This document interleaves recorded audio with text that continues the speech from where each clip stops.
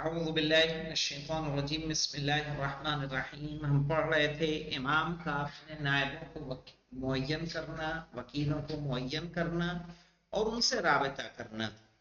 صحیح ہے. تو اس سے پہلے ہم نے ایک خط پڑھا تھا امام کا کہ آپ نے اپنے وکیل کو لکھا اور ان کو کچھ ارشادات دیے کہ آپ ان کے تابع کرو، یہ ہمارے بھروسے مند ہیں، ان کی مددگار بنو. صحیح ہے، لوگوں کو کہو کہ ان کی بات کو مانیں. اسی طرح سے ایک دوسرا خط آج ہم پڑھنے جا رہے ہیں کہ امام نے اپنے ایک اور وکیل ایوب بن نوح، کیا نام ہے ان کا؟ ایوب بن نوح. ایوب بن نوح کو بھی اس طرح لکھا. کیا لکھا؟ کہ اے ایوب بن نوح، اس حکم کے مطابق تم ابو علی سے ٹکرانے سے پرہیز کرو. تم دونوں کا فریضہ ہے کہ اپنے اپنے علاقے میں ان فرائض کو انجام دو جو تمہارے ذمے ہیں.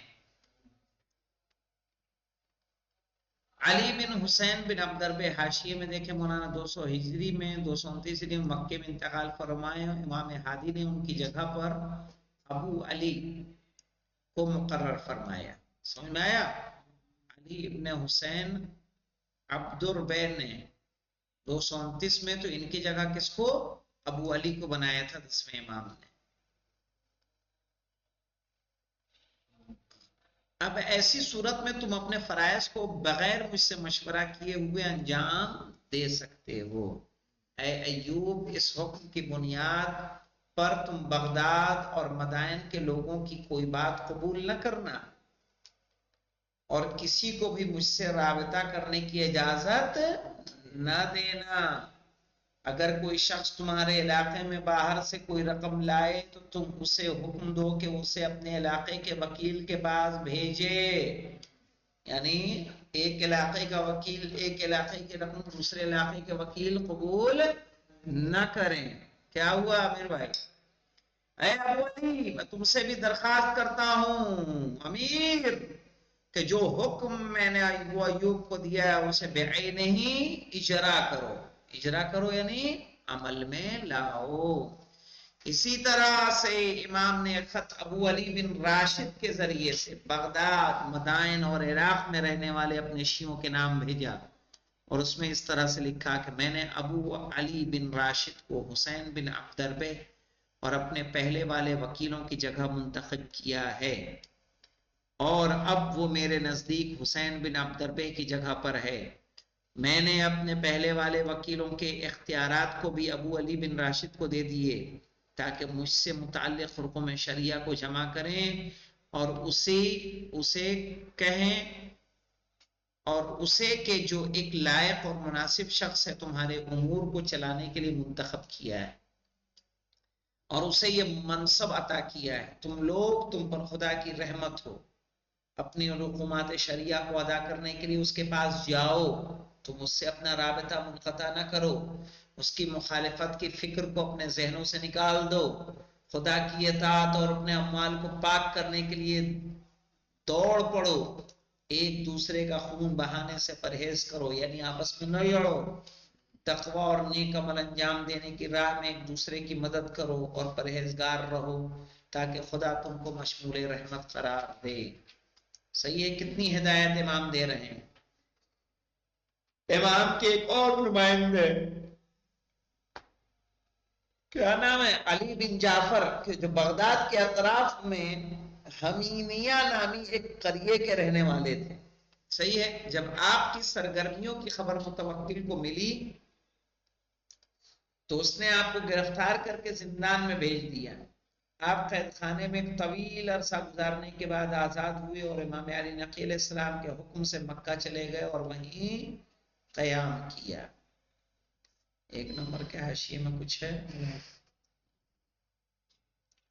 امام علی نقی علیہ السلام کے نمائندوں کی گنتی میں ابراہیم بن محمد حمدانی، کیا نام ہے؟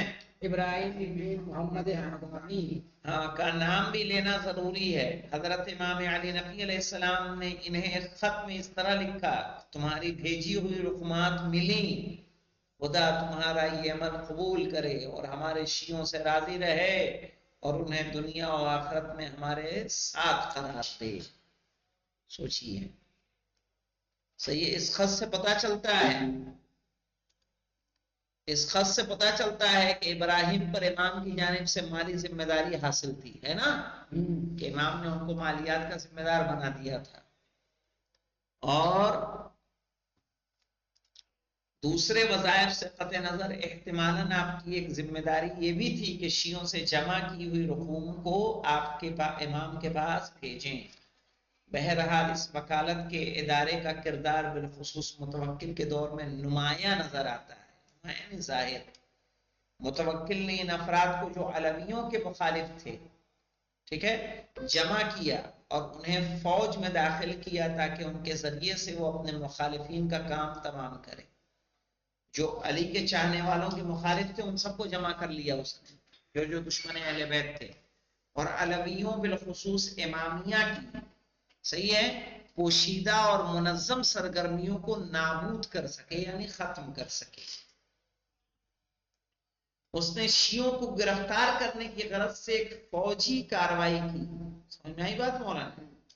شیعوں کو گرفتار کرنے کی لیے، اور اس نے اس پروگرام کو شدت اور سختی کے ساتھ جاری رکھا، اس طرح سے کہ بغداد، مدائن، کوفہ اور عراق کے دوسرے علاقوں میں امام کے بعض وکلا کی شکنجوں کے نتیجے میں موت ہو گئی۔ صحیح، جو امام کے وکیل تھے ان کو قید و بند کی وجہ سے کیا ہوئی؟ موت تک ہو گئی۔ اور بعض دوسرے قید خانے میں چلے گئے۔ متوکل کے ان اقدامات سے وکالت کے ادارے کو بہت زیادہ نقصان پہنچا۔ کوئی وکیل بننے کو ڈرتے ہوں گے نا؟ جی جناب، ہم وکیل بن گئے تو پتا چلا متوکل ہمارا بھی خاتمہ نہ کر دے، ہمیں بھی جیل میں نہ ڈال دے، ہے کہ نہیں؟ تو کہا متوکل کے ان اقدامات سے وکالت کے ادارے کو بہت زیادہ نقصان پہنچا، لیکن امام ہادی علیہ السلام نے اپنی محکم کوششوں کے ذریعے سے اس ادارے کو اس طرح سے سرگرم اور پرثمر حالت میں محفوظ رکھا۔ پرثمر یعنی با نتیجہ، جس کا کیا ہوتا تھا؟ نتیجے برآمد ہوتے تھے۔ امام درباری فقہا کے سامنے، درباری فقہا جان سمجھتے ہیں مولانا؟ درباری علماء کون ہوتے ہیں؟ ایسے علماء مولانا جو حکومت کی ہاں میں ہاں ملاتے ہیں، حکومت کی رضا کے لیے حکومت کے من کے مطابق فتوے دیتے ہیں، ان کو بولتے ہیں درباری علماء۔ غالباً وہ 10ویں امام کا واقعہ ہے جی، کہ متوکل نے ایک مرتبہ نظر مانی تھی، یہ بیمار پڑا تھا اور اس نے نظر کی تھی کہ اگر میں ٹھیک ہو گیا تو مال کثیر صدقہ کروں گا۔ کیا کروں گا؟ مال کثیر صدقہ کروں گا۔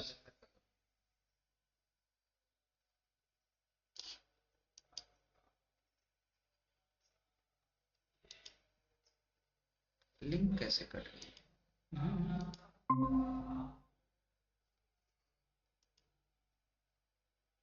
یہ کیسے؟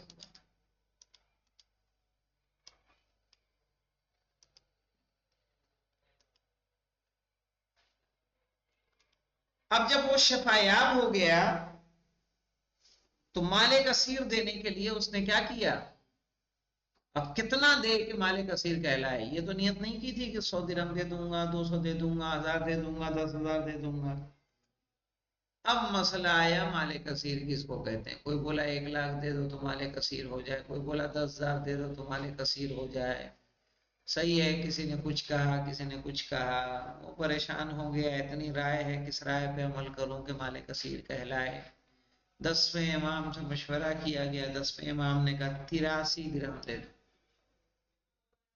تو سب نے اعتراض کیا کہ 83 درہم پر مال کثیر کا اطلاق کیسے ہو سکتا ہے؟ کہا قرآن مجید میں خداوند عالم نے ارشاد فرمایا لقد نصرکم اللہ فی مواطن کثیرہ، کہ اللہ نے رسول کی کئی موقعوں پر مدد کی، اور وہاں لفظ کثیرہ آیا ہے، اور کہا رسول نے اپنی زندگی میں 83 جنگیں لڑی ہیں، اس کی وجہ سے کثیرہ کا اطلاق کس پر ہوگا؟ 83 پر ہوگا اور 83 درہم تم راہ خدا. یہ ہمارے امام علی نقی علیہ السلام ہیں. انشاءاللہ اس کو پڑھیں گے. اور بھی ہے چور کا ہاتھ کاٹنے کے مسئلے میں کہاں سے کاٹا جائے. ہاں الحمدللہ رب العالمین.